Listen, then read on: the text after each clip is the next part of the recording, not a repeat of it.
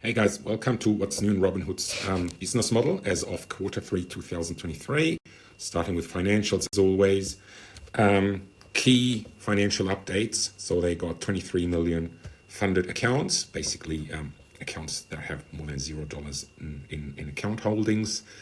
Assets under custody, so they use this metric rather than assets under management because they're not managing these accounts. $87 billion worth. And they were mentioning that has been growing to a large degree because of the value of those assets has been increasing as the market moved up. Net deposits 4 billion, and gold subscribers, we'll talk a fair bit about gold in a moment, 1.3 million. So if we look at some key metrics here then, accounts, if you divide the assets under control by the number of accounts, basically there's a $4,000 on average per account. That's certainly compared to other investment companies, pretty small. Deposits, $200 of deposits per account. Again, not a lot. Then monthly active users, 10.3 million, minus 16% year on year. So probably means that users have gone inactive for a while. And average revenue per user now at $80. Always, frankly speaking, throws me out a little bit.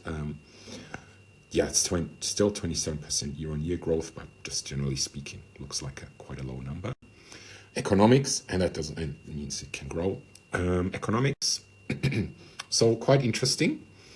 If we look here, assets under custody, composed of largely of equities.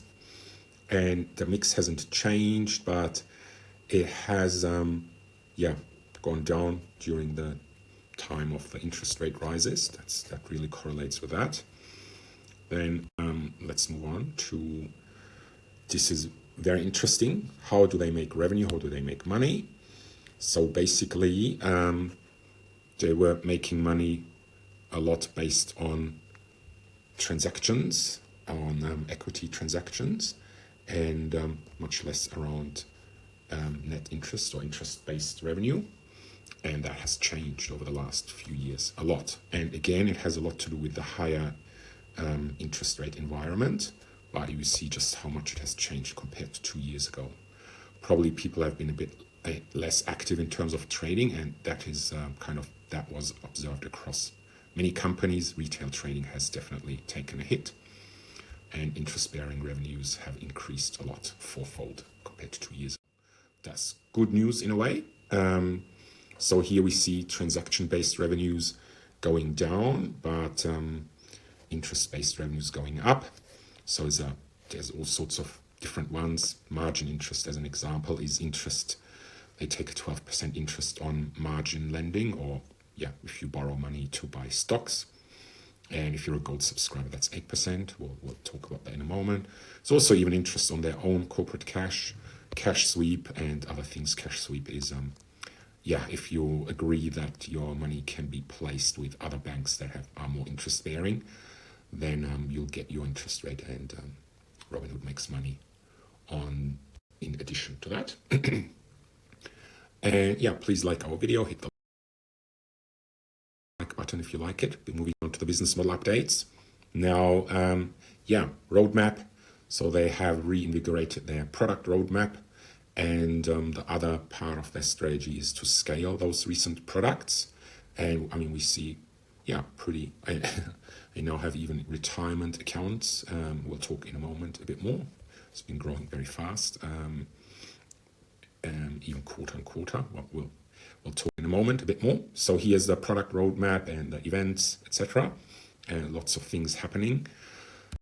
And let's take a look at some of those. Robinhood Gold is being characterized as their strategy number one. And that includes basically, it's a subscription, $5 a month after the first month, and now has 1.3 million subs.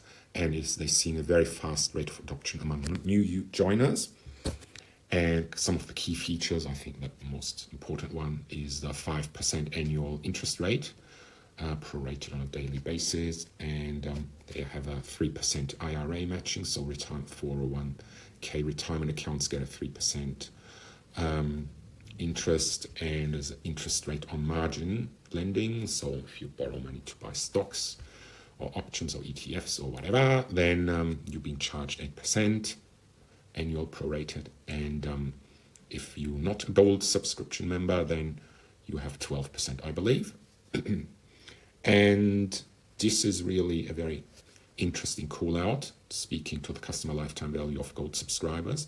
Gold customers have tens of thousands of dollars in average assets under custody, up more than 60% year on year, and they've opted IRAs with us at 7x the rate of non-Gold customers. So yeah, very interesting. And if you think that the average account had $4,000, so if they have tens of thousands of dollars, that means somewhere upwards of 20,000. That's at least a 5x. So yeah, that speaks to a much higher customer lifetime value. So, and plus they on top they make the $5 a month or $60 a year. So if you wanna at a 5% annual interest rate, you literally have to have more than $1,500 before you even make money out of that, and you need to have it kept there. And basically, yeah, if you have uninvested cash and you're a Gold subscriber, you can make this interest rate, and then if you invest it, then hopefully you'll make money with your investment. Other things, yeah, crypto, so wallet and connect. So it's a kind of a crypto wallet and some convenient ways of selling and buying crypto. Then credit are very interesting. So they have bought X1, which had a number of cool features. Firstly, was a no-fee credit card, but then obviously monetizing on transactions. But other than that, the unique feature of X1 was they were the first one, I believe, who have underwritten customers based on their income rather than credit scores. So let's say someone has a bad credit score because, yeah, whatever, they couldn't pay a past credit, but now they've got a new good job. Then the credit score is a bit of a lag indicator, and the income is a lead indicator for more creditworthiness. So yeah, I think since X1, a few other startups have emerged who are using the same methodology. And yeah, the credit card itself will come about early next year. And you may have noticed there was a small credit card revenue in the previous slides, and I think that's basically the existing customers of X1. Then moving on, a few more updates. For traders, stock screeners, so they made it available to all. Literally, you have got 20 different filters that you can use and combine, and you can have many screeners as you wish, and that may flush out some investment opportunities for you. Again, for kind of hardcore traders who follow the news 24/7, they now can do pre and aftermarket trading. Can react to breaking news if those occur around those times. And yeah, well, there's always a downside. It's always limited volume and high volatility. Whatever happens at those times may get like completely overridden during the day. But yeah, that's kind of for hardcore people, I guess. UK expansion, that was planned in 2020, not 202, and then cancelled. There was a number of things happening at the same time, and one thing to know is that the UK doesn't allow payment for order flow trading, which is what basically one of the main things that Robinhood initially monetized on. So basically they're bundling orders, and they're literally a broker that passes on those trades to a market maker. And then there's a revenue share between the bid-ask spread that the middleman, that basically Robinhood and the market maker share. And it's banned in quite a few countries because it's kind of thinking that there's no incentive and interest alignment between the trader and the trading house and the middleman, because the larger the spread, the more beneficial for the broker, but less beneficial for the trader. That said, if you are trading very small amounts, you may be very consciously willing to pay that than a fixed minimum fee of whatever, $10, $20 per trade. And that can, some people, or probably quite a few people, may prefer that anyway. So yeah, but it's not allowed in the UK. There's calls in the US as well to ban those kind of trades, or at least review them. we'll see what happens, but we have seen in the previous slides that transaction-based revenues have been in decline and that interest-bearing revenues have been increasing a lot. So the expansion in the UK may now be based on something more, let's say, mature and a more breadth of products that they have. Then, last but not least, Sherwood Media. If you're following this video, you probably know about Snacks. It's been their newsletter for a long time with many millions of readers. So now Sherwood Media is a separate sub-entity, and the planned revenue model for now is advertising. So yeah. Now let's conclude with the strategy piece briefly.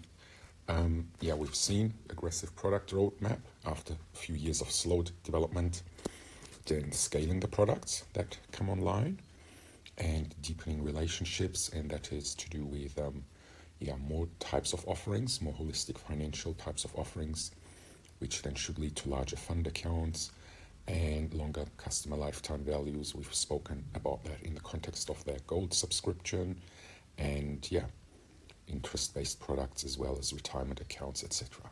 So that's the summary of it, and check out our video covering 11 different verticals of digital business models in our store. And remember, this is not investment advice, so check out our T's and C's if you have any questions. Thank you very much, and like us if you liked it. Thank you.